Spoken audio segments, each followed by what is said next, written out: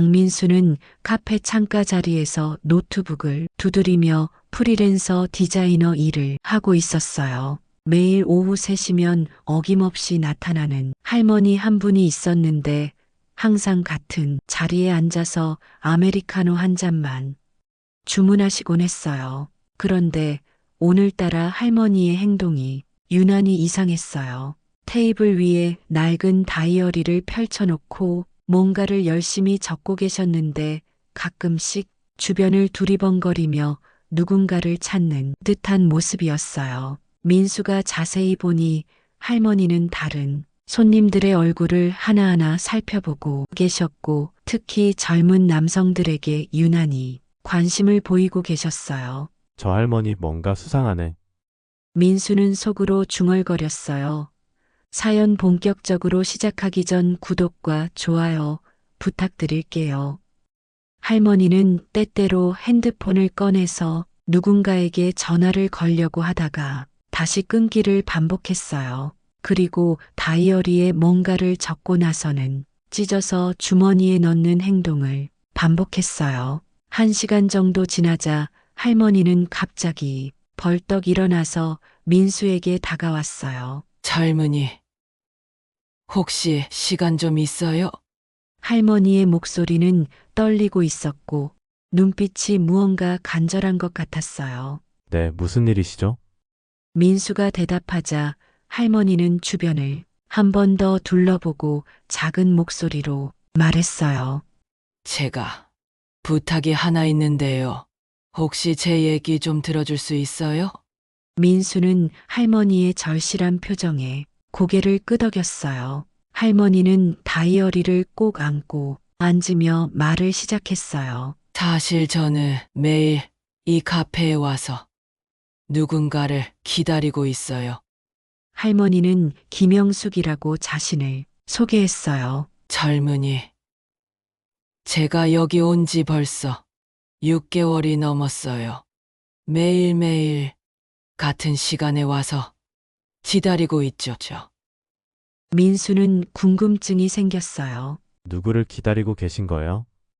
영숙 할머니는 잠시 망설이다가 다이어리를 조금 열어 보여줬어요. 다이어리 안에는 빼곡히 적힌 글씨들과 함께 여러 장의 사진이 끼워져 있었어요. 사진 속에는 20대 후반으로 보이는 남성이 있었는데 군복을 입고 환하게 웃고 있는 모습이었어요. 이 사람이 제 아들이에요. 이준호라고 하죠. 할머니의 목소리가 더욱 떨렸어요. 아들분이 군대에 계신가요? 민수가 물어보자 할머니는 고개를 저었어요. 아니에요. 이미 전역했어요. 그런데 집에 안 들어와요. 할머니는 다이어리의 다른 페이지를 넘기며 보여줬어요. 거기에는 날짜별로 정리된 메모들이 있었어요. 3월 15일 강남역 근처에서 준호 닮은 사람 목격. 3월 22일 이태원에서 뒷모습. 비슷한 남성 발견. 다른 사람이었음. 4월 3일 명동 카페에서 목소리 비슷한 사람 들음. 민수는 놀랐어요. 할머니가 6개월 동안 아들을 찾아다니고 있었던 거였어요. 혹시 아들분과 무슨 일이 있으셨나요? 할머니는 깊은 한숨을 쉬었어요. 제가 실수를 했어요. 큰 실수를 했죠. 할머니의 눈에서 눈물이 흘러내렸어요. 준호가 집을 나간 지 이제 1년 반이 되었어요. 마지막에 했던 말이 엄마, 다신 얼굴도 보기 싫어였죠. 민수는 할머니의 손을 잡아줬어요. 무슨 일이 있었는지 말씀해 주시겠어요? 할머니는 한참을 망설이다가 입을 열었어요. 준호는 제 외아들이에요. 아버지 없이 둘이서만 살았죠. 할머니는 다이어리에서 또 다른 사진을 꺼냈어요. 고등학생으로 보이는 준호가 할머니와 함께 찍은 가족 사진이었어요. 워낙 착한 아이였어요. 공부도 잘하고 효도도 잘하고. 그런데 제가 그 아이를 망쳤어요. 민수는 조용히 할머니의 이야기를 들었어요. 준호가 대학교 4학년 때였어요. 취업을 준비하고 있었는데 어느 날 여자친구를 데려왔죠. 할머니의 표정이 어두워졌어요. 정말 예쁘고 착한 아이였어요. 수진이라고 했는데 그런데 제가 그 아이를 못마땅하게 봤어요. 왜요? 별 이유가 없었어요. 그냥 제 아들을 뺏어간다는 생각에 질투가 났나 봐요. 할머니는 고개를 떨어뜨렸어요. 결혼하겠다고 했을 때 제가 반대했어요. 심하게 반대했죠. 수진이가 준호한테 돈 때문에 접근한다고 믿을 수 없는 여자라고 했어요. 민수는 할머니의 마음을 이해할 것 같았어요. 외아들을 혼자 키운 어머니의 마음이 어떨지. 그랬더니 준호가 화를 냈어요. 그동안 한 번도 저한테 소리 지른 적 없던 아이가 그날은 정말 화를 냈죠.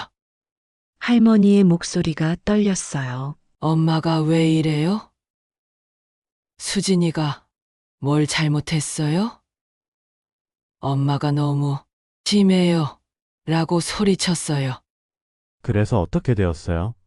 제가 더 화가 나서 그럼 그 여자 택하든지 엄마 택하든지 하라고 했어요.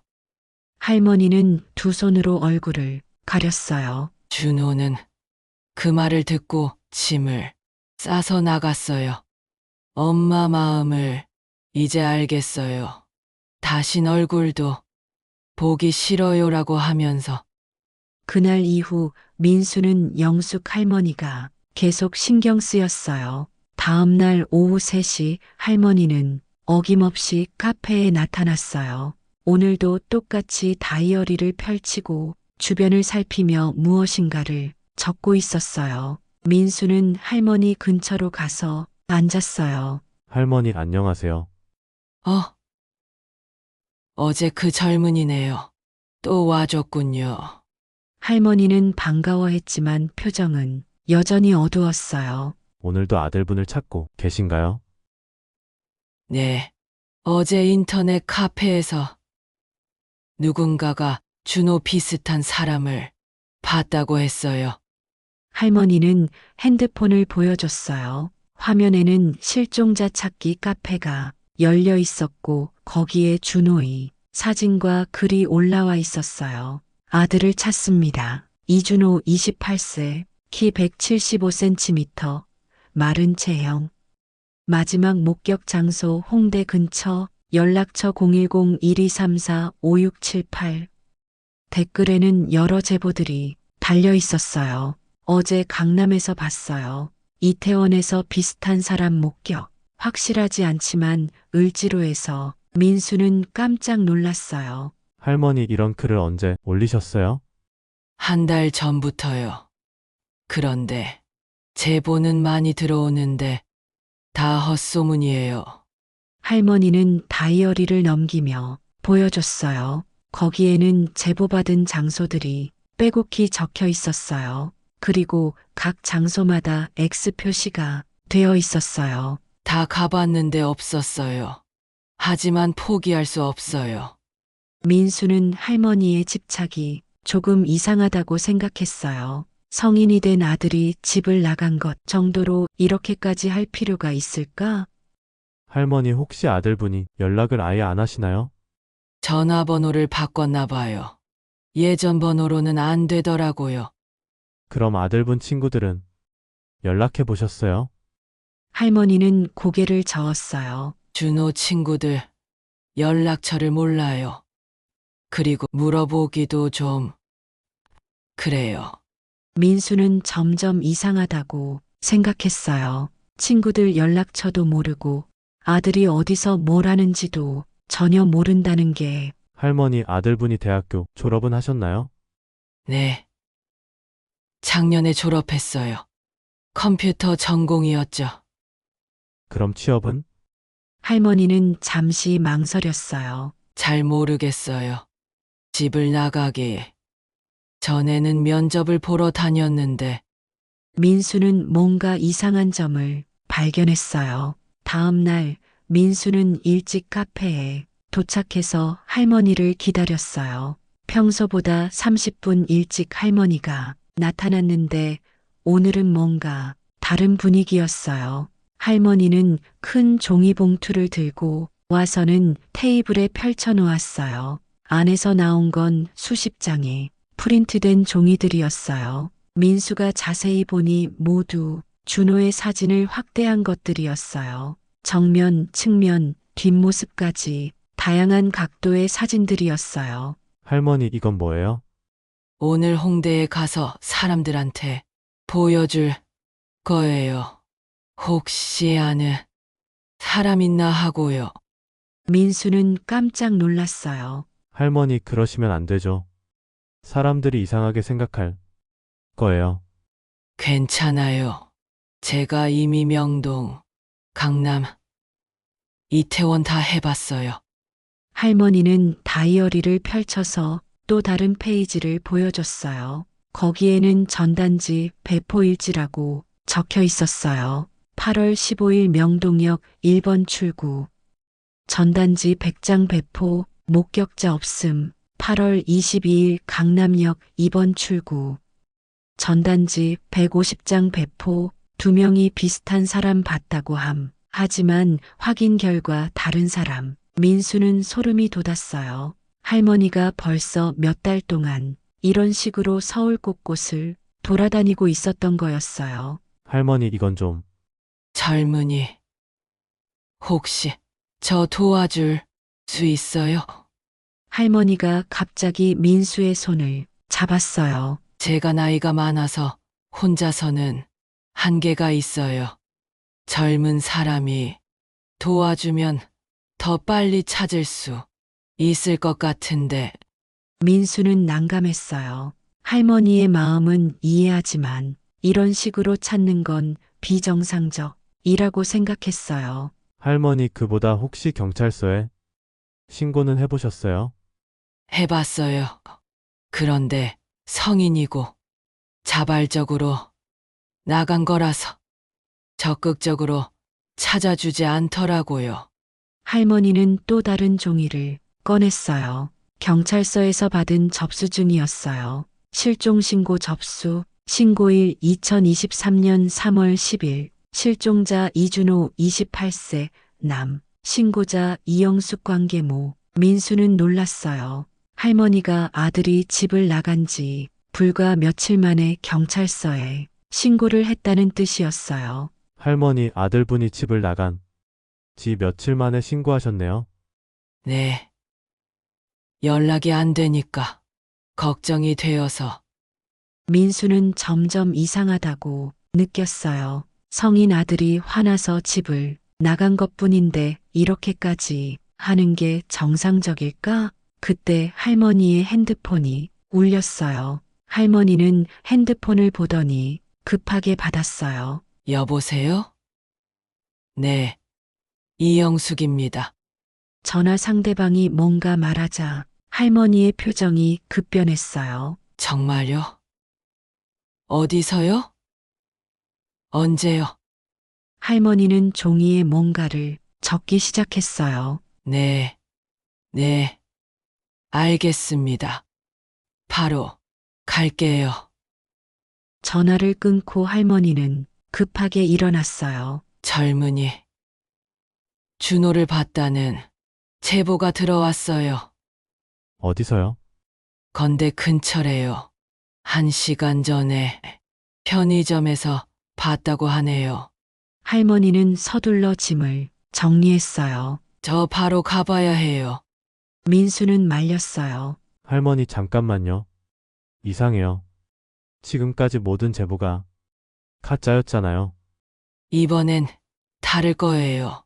목소리가 정말 확신에 차 있었어요. 할머니는 이미 가방을 들고 일어났어요. 민수는 뭔가 불안한 느낌이 들었어요. 할머니, 혼자 가시면 위험해요. 제가 같이 갈게요. 정말요? 고마워요. 둘은 급하게 카페를 나와서 지하철역으로 향했어요. 지하철 안에서 할머니는 계속 다이어리를 들여다보며 뭔가를 확인하고 있었어요. 할머니, 그 전화는 누가 건 거예요? 모르는 번호였어요. 아마 인터넷에 올린 글을 보고 연락한 것 같아요. 민수는 이상했어요. 그런데 어떻게 할머니 번호를 알았죠? 할머니는 잠시 멈칫했어요. 그래, 번호를 적어 놨으니까요. 아, 그렇구나. 하지만 민수는 뭔가 이상한 점을 발견했어요. 할머니가 받은 전화 통화 시간이 너무 짧았어요. 보통 목격담을 얘기하려면 더 오래 걸릴 텐데, 그리고 할머니가 상대방에게 묻는 질문도 이상했어요. 어디서, 언제만 물어봤지, 어떤 모습이었는지, 뭐라고 있었는지는 묻지 않았어요. 할머니, 그 사람이 준호가 뭘 하고 있었다고 했어요? 편의점에서 라면을 사고 있었다고 하더라고요. 다른 특징은 없다고 했어요? 할머니는 잠시 망설였어요. 검은색 후드티를 입고 있었다고 했어요. 민수는 점점 의심스러웠어요. 준호의 사진을 보면 평소에 깔끔한 셔츠나 니트를 입는 스타일이었는데, 건대역에 도착했을 때 할머니는 급하게 역 밖으로 뛰어나갔어요. 건대 근처 편의점은 역에서 걸어서 5분 거리에 있었어요. 할머니는 숨을 헐떡이며 편의점 안으로 들어갔어요. 혹시 1시간 전쯤에 검은 후드티 입은 남성이 라면을 사갔나요? 편의점 알바생은 고개를 갸웃했어요. 글쎄요. 오늘 손님이 워낙 많아서 할머니는 준호의 사진을 보여줬어요. 이런 사람이었는데요. 알바생은 사진을 자세히 보더니 고개를 저었어요. 잘 모르겠어요. 비슷한 사람은 많이 오는데 할머니는 실망한 표정으로 편의점을 나왔어요. 이상하네. 분명히 여기라고 했는데 민수는 할머니를 위로했어요. 할머니, 괜찮아요. 다음에 또 다른 제보가 있을 거예요. 하지만 민수는 이제 확신했어요. 이 모든 게 이상하다는 것을. 돌아가는 지하철 안에서 민수는 할머니에게 조심스럽게 물어봤어요. 할머니, 혹시 준호가 집을 나가기 전에 다른 이상한 일은 없었어요? 할머니는 잠시 생각하더니 고개를 저었어요. 별다른 일은 없었어요. 그냥 여자친구 문제로 싸운 게 전부였죠. 그런데 할머니는 어떻게 준호가 홍대 근처에 있다는 걸 아셨어요? 할머니는 멈칫했어요. 그게 준호 친구가 봤다고 했어요. 아까는 친구들 연락처를 모른다고 하셨잖아요. 할머니의 표정이 당황스러워졌어요. 그게 우연히 길에서 만난 친구였어요. 민수는 확신했어요. 할머니가 거짓말을 하고 있다는 것을. 집에 돌아온 민수는 인터넷에서 이준호를 검색해 봤어요. 하지만 아무것도 나오지 않았어요. 그래서 이번에는 할머니 이름인 이영숙을 검색해 봤어요. 역시 특별한 정보는 없었어요. 하지만 민수는 포기하지 않고 다른 방법을 시도해 봤어요. 할머니가 말했던 대학교와 컴퓨터 전공이라는 단서로 검색해 봤어요. 그런데 이상한 기사 하나를 발견했어요. 작년 2월 서울 모 대학 컴퓨터공학과 학생 교통사고 중상 기사를 클릭해서 자세히 읽어봤어요. 이준호 당시 27세 씨는 2월 14일 오후 8시경 서초구 서초대로에서 발생한 교통사고로 중상을 입고 병원으로 이송되었다. 이 씨는 현재 의식 불명 상태로. 민수는 깜짝 놀랐어요. 기사의 날짜는 1년 반 전이었어요. 할머니가 말한 준호가 집을 나간 시기와 비슷했어요. 민수는 심장이 두근거렸어요. 더 자세한 정보를 찾기 위해 검색을 계속했어요. 그리고 추가 기사를 발견했어요. 교통사고 피해자 이준호 씨, 3개월간 의식불명 상태 지속, 가족들의 간병 계속돼. 기사에는 병원 앞에서 찍힌 사진이 있었어요. 한 여성이 병원 입구에서 울고 있는 모습이었는데 그 여성이 바로 영숙 할머니였어요. 민수는 손이 떨렸어요. 더 최근 기사를 찾아봤어요. 장기간 의식불명 환자 이준호 씨 가족 동의하에 생명유지장치 제거. 기사 날짜는 6개월 전이었어요. 민수는 정신이 아찔했어요. 준호는 이미 6개월 전에 세상을 떠났다는 뜻이었어요. 그럼 할머니가 6개월 동안 찾아다닌 아들은? 민수는 급하게 핸드폰으로 할머니에게 전화를 걸었어요. 하지만 할머니는 전화를 받지 않았어요. 다음 날 오후 3시 민수는 카페에서 할머니를 기다렸어요. 하지만 할머니는 나타나지 않았어요. 4시, 5시가 되어도 할머니는 오지 않았어요. 민수는 불안해져서 카페 직원에게 물어봤어요. 혹시 매일 여기 오시는 할머니 보셨어요? 항상 저 자리에 앉으시는. 직원은 고개를 갸웃했어요. 할머니요? 어떤 할머니? 말씀이세요? 60대 후반으로 보이시고 항상 다이어리를 들고 다니시는. 잘 모르겠는데요. 제가 여기서 일한 지 3개월 되었는데 그런 할머니는 못 본 것 같아요. 민수는 깜짝 놀랐어요. 아니에요. 분명히 매일 오셨어요. 저 자리에 항상 앉으셔서.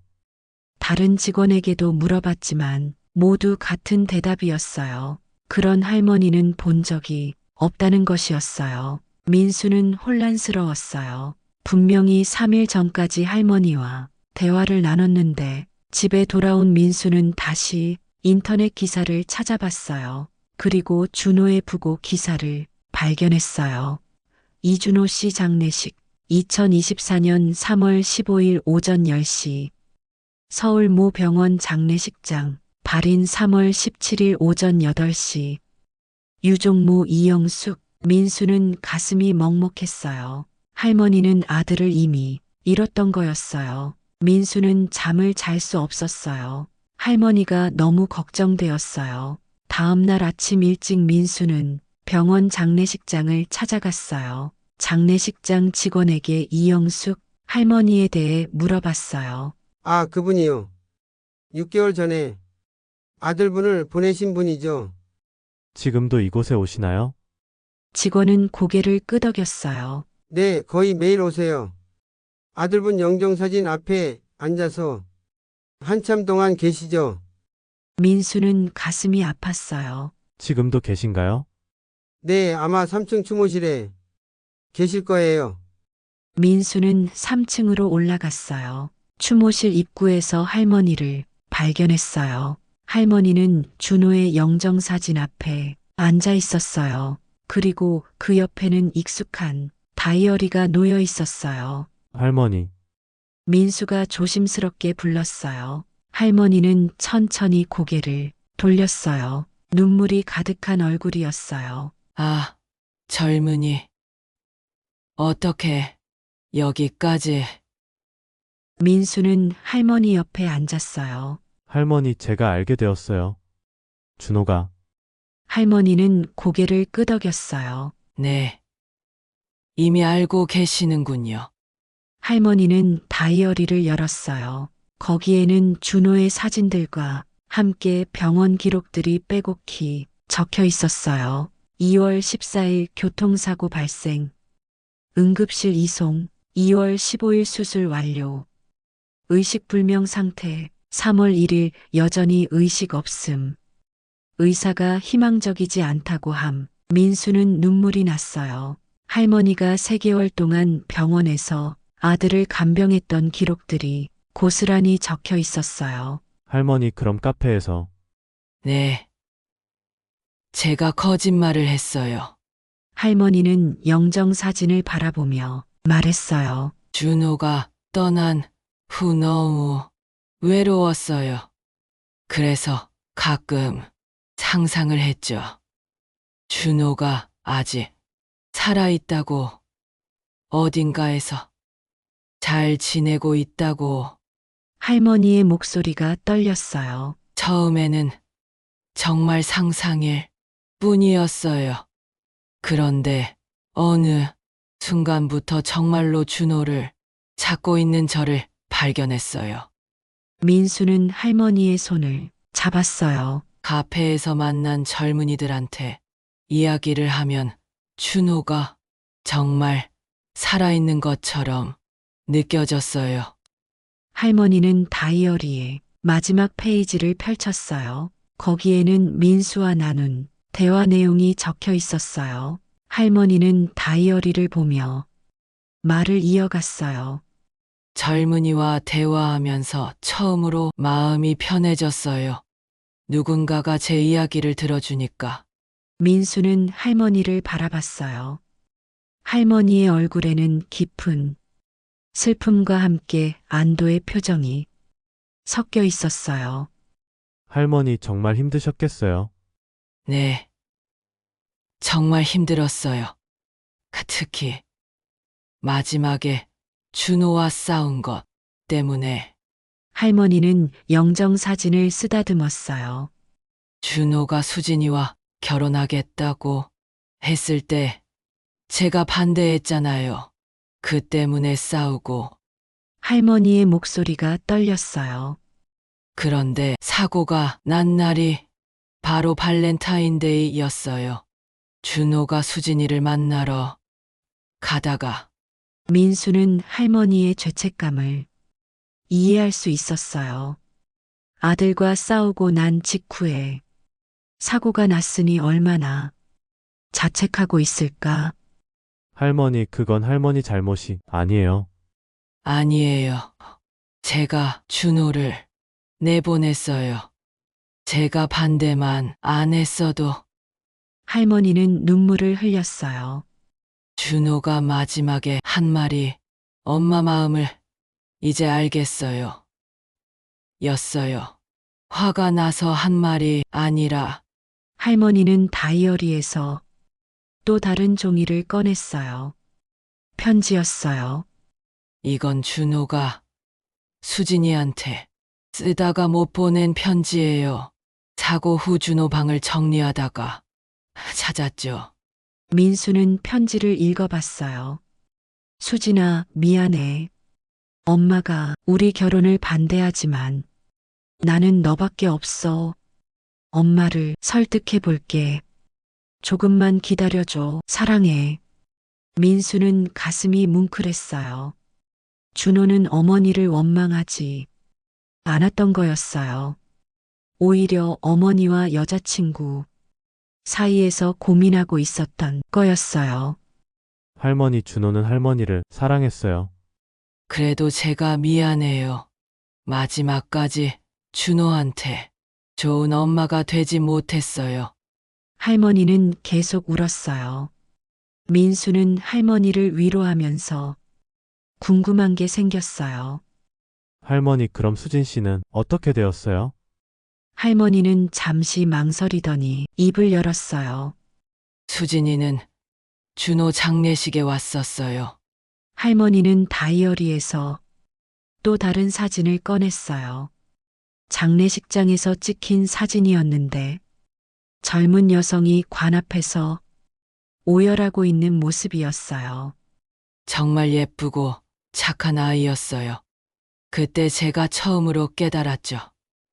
준호가 왜 그 아이를 사랑했는지. 민수는 사진 속 수진의 모습을 보며 마음이 아팠어요.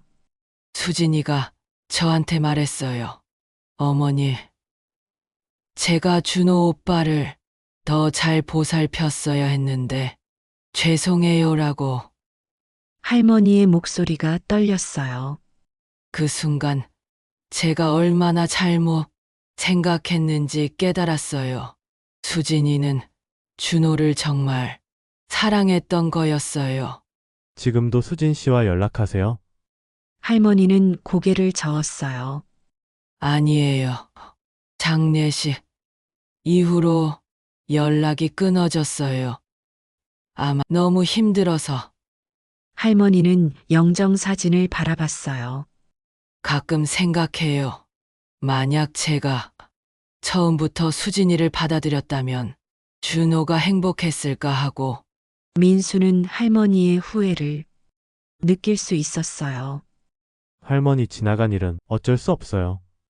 지금이라도 수진 씨에게 연락해 보시는 게 어때요? 그래도 될까요? 제가 그 아이한테 너무 못했는데. 할머니도 힘들어 하시고 수진 씨도 힘들어 하실 거예요. 서로 위로가 될 것 같은데요. 할머니는 한참 생각하더니 고개를 끄덕였어요.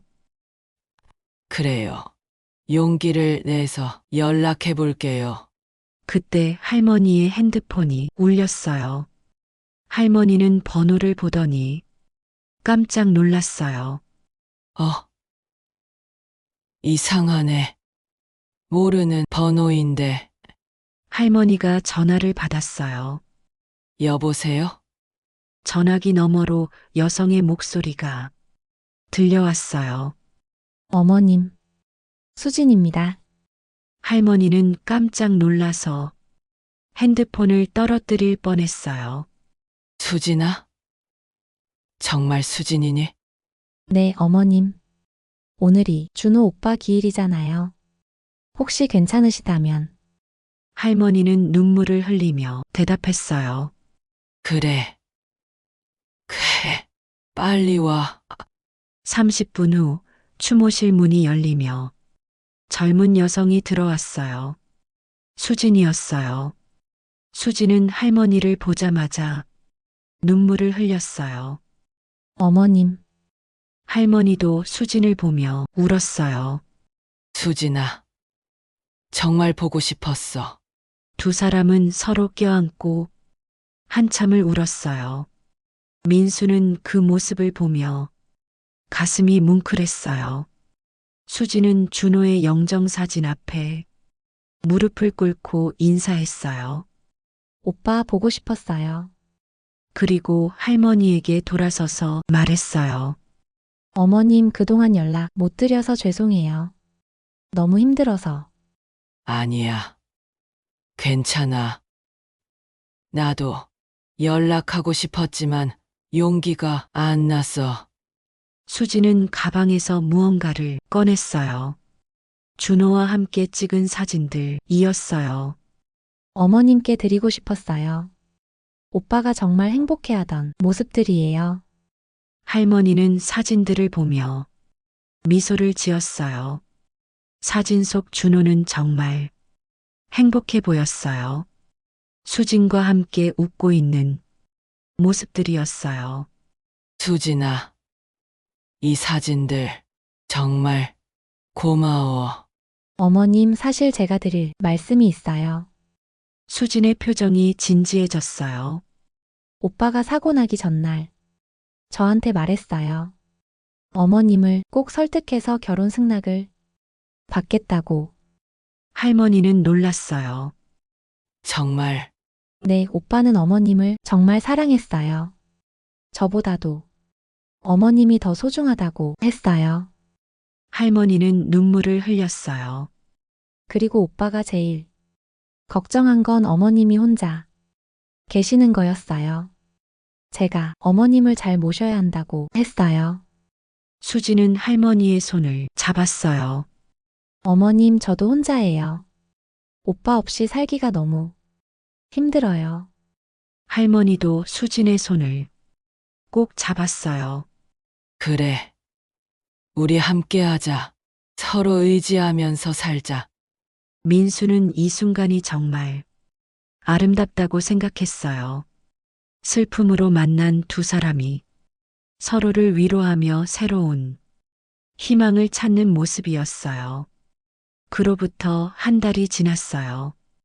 민수는 다시 그 카페에 앉아 있었어요. 하지만 이번에는 혼자가 아니었어요. 영숙 할머니와 수진이 함께 있었어요. 어머님, 이 케이크 어때요? 준호 오빠가 좋아하던 딸기 케이크예요. 그래. 좋다. 준호가 정말 딸기를 좋아했지. 두 사람은 이제 자연스럽게 준호 이야기를 할 수 있게 되었어요. 슬프지만 따뜻한 추억으로 말이에요. 수진아, 그런데 준호가 프로포즈는 언제 하려고 했었니? 수지는 미소를 지었어요. 생일에 하려고 했었어요. 제 생일이 3월이거든요. 아, 그래서 그날 만나러 간 거구나. 할머니는 이제 그날을 원망하지 않았어요. 준호가 사랑하는 사람을 만나러 가던 길이었다는 걸 알았으니까요. 민수는 두 사람의 변화에 놀랐어요. 한 달 전만 해도 각자 슬픔에 갇혀 있던 사람들이 이제는 서로를 의지하며 살고 있었어요. 할머니는 어떠세요? 요즘 많이 좋아지신 것 같은데요. 그래요. 수진이가 있어서 많이 힘이 돼요. 수진도 고개를 끄덕였어요. 저도요. 어머님과 함께 있으니까 오빠가 더 가까이 있는 것 같아요. 할머니는 가방에서 새로운 다이어리를 꺼냈어요. 이제는 준호 찾는 일기가 아니라 수진이와 함께하는 일기를 써요. 다이어리를 펼쳐보니 새로운 내용들이 적혀 있었어요. 9월 1일 수진이와 함께 준호가 좋아하던 식당에서 저녁 식사, 9월 5일 수진이 직장, 문제 상담, 내가 도움이 될 수 있어서 기뻤음. 9월 10일 함께 마트에서 장보기, 준호가 좋아하던 과자도 샀음. 민수는 뭉클했어요. 이제 할머니의 일기에는 희망과 사랑이 가득했어요. 그런데 할머니 수진 씨는 지금 어디서 사세요? 저희 집 근처로 이사 왔어요. 자주 만날 수 있도록요. 수진이 대답했어요. 어머님이 너무 외로워 하셔서요. 그리고 저도 혼자 살기 힘들었어요. 할머니는 민수에게 고마운 마음을 전했어요. 젊은이 덕분에 제가 정신을 차렸어요. 그리고 수진이도 다시 만날 수 있었고요. 아니에요, 할머니. 저는 아무것도 한 게 없어요. 아니에요. 젊은이가 제 이야기를 들어줘서 제가 마음을 정리할 수 있었어요. 수진도 민수에게 인사했어요. 정말 고마워요. 어머님이 민수 씨 얘기를 많이 하셨어요. 민수는 이 모든 일이 신기했어요. 우연히 만난 할머니 때문에 이렇게 아름다운 이야기가 만들어질 줄 몰랐어요. 그런데 할머니 이제 카페에 매일 오시는 이유가 바뀌었네요. 할머니는 웃으며 대답했어요. 네. 이제는 수진이와 함께 준호 추억을 나누러 와요. 수진이 가방에서 무언가를 꺼냈어요. 준호가 쓰던 다이어리였어요. 어머님 이것도 드리려고 가져왔어요. 오빠가 저와 만나면서 쓴 일기예요. 할머니는 깜짝 놀랐어요. 준호가 일기를 썼어? 네, 저랑 사귀면서부터 쓰기 시작했어요. 다이어리를 펼치자 준호의 글씨가 나타났어요. 수진이와 첫 데이트. 정말 행복했다. 엄마께도 빨리 소개시켜드리고 싶다. 수진이가 요리를 해줬다. 엄마 음식만큼 맛있다. 엄마가 좋아하실 것 같다. 수진이와 결혼하고 싶다. 엄마를 설득해보자. 엄마도 분명 수진이를 좋아하실 거야. 할머니는 눈물을 흘렸어요. 준호의 마음이 고스란히 느껴졌어요. 어머니를 사랑하는 마음과 수진을 사랑하는 마음이 모두 진실했다는 것을. 수진아, 정말 고마워. 이런 소중한 걸. 어머님 이제 우리가 함께 간직해요. 오빠의 추억을요. 민수는 이 순간을 지켜보며 마음이 따뜻해졌어요. 슬픔이 사랑으로 바뀌는 순간이었어요. 1시간 후 세 사람은 카페를 나와서 근처 공원을 산책했어요. 공원에는 벤치가 하나 있었는데 할머니와 수지는 그곳에 앉았어요.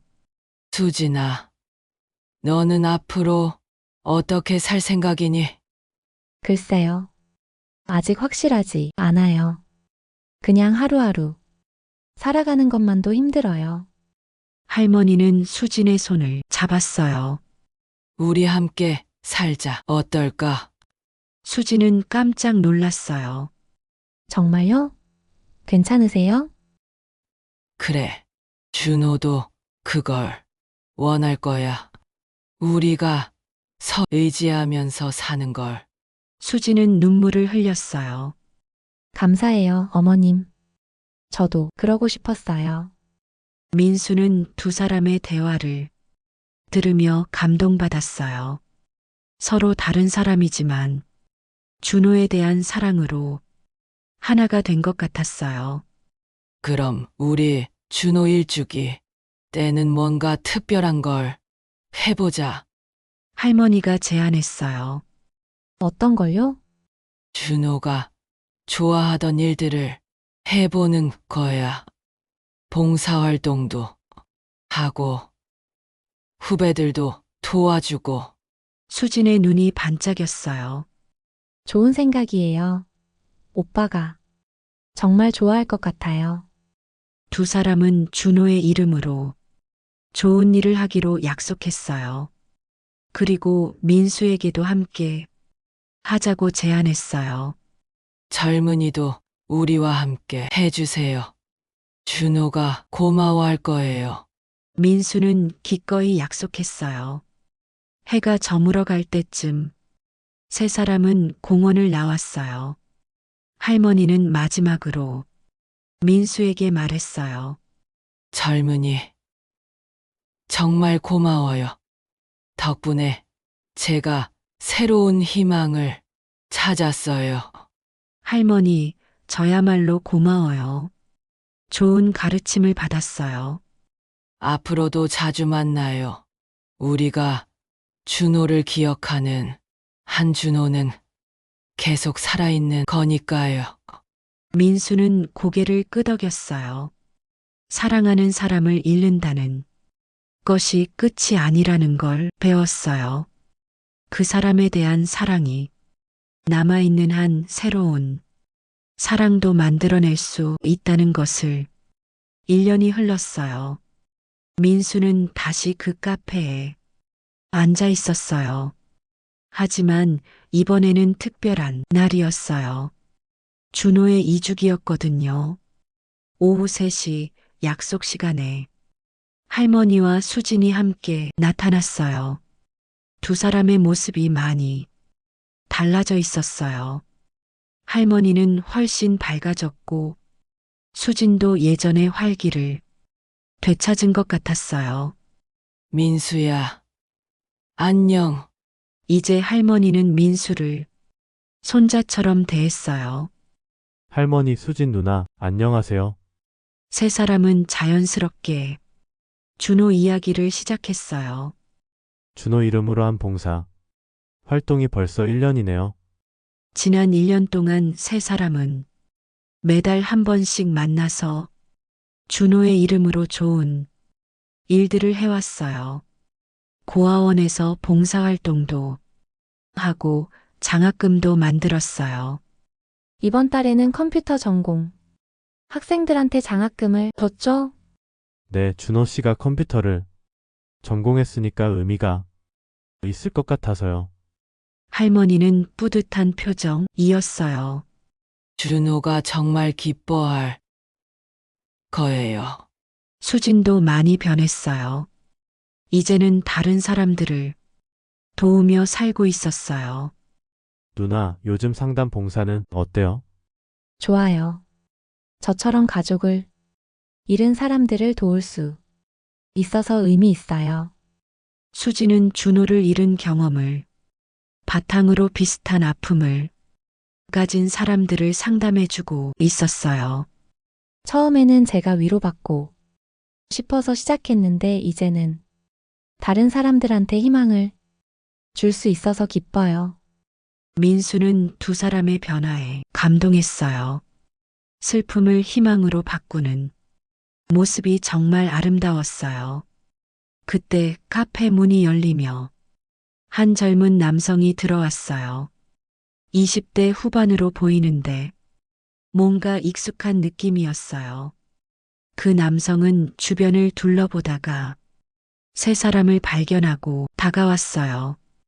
혹시 이영숙 할머니세요? 할머니는 깜짝 놀랐어요.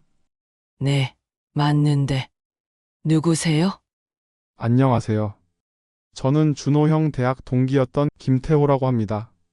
할머니와 수지는 더욱 놀랐어요. 준호 친구. 네, 컴퓨터 공학과에서 같이 공부했어요. 그런데 준호 형 소식을 듣고 태호는 잠시 말을 멈췄어요. 늦었지만 조문 인사를 드리고 싶어서 찾아왔어요.